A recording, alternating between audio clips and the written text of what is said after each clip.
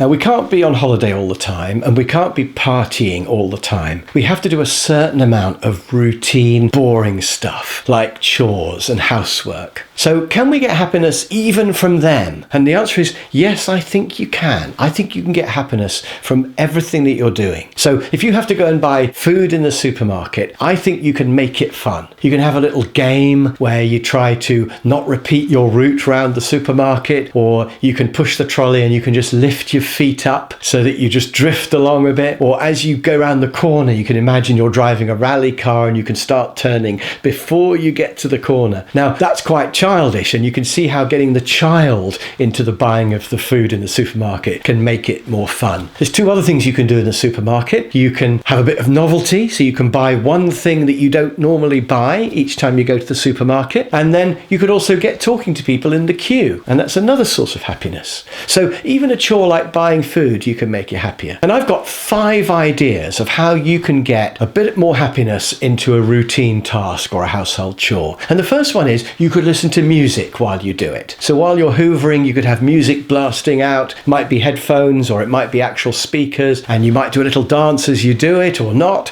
but listening to music while you work will always make you happier while you're doing it. My second idea is to have a race. Do it as quick as you can, and you might race with yourself last time. Can you do it quicker than last time? My third idea is you could do the chore with somebody else, and if 2 of you are working on it, it feels much more enjoyable than if you're on your own. So the Norwegians have this word dugnad, which is where a group of them all tackle a task at once. And you've probably seen those films of people building barns in Central America, and they're usually Scandinavian people because they all get together and they build the barn together, and it makes it really fun. It's like a big party as they raise the barn. And I went to one where we sorted somebody's garden out, and about 10 of us all turned up and we worked on her garden. At the end, she cooked us this great big meal and we all sat back and we looked at the finished garden. It was brilliant. And of course, the idea is that you help whoever needs the help, so one day they're all going to come and help you. But even if you never call upon them, it feels good to help the others. It's a community thing. So can you do chores with somebody else? Idea number 4 is, can you do it really well? Can you take massive pride in how neatly you roll up the pants or the socks in your underwear drawer? Can you iron a shirt really well so that you enjoy it? So you can get pleasure from doing a chore really well. And my final idea is to have the right gear. So if you've got really good equipment, then chores become much more enjoyable. So I've got a handheld Dyson Hoover. It looks like a sort of science fiction James Bond gun, but it also feels really good to use, and you can see all the stuff rattling up the tube and spinning around inside it, and it makes hoovering enjoyable. So I love my Hoover.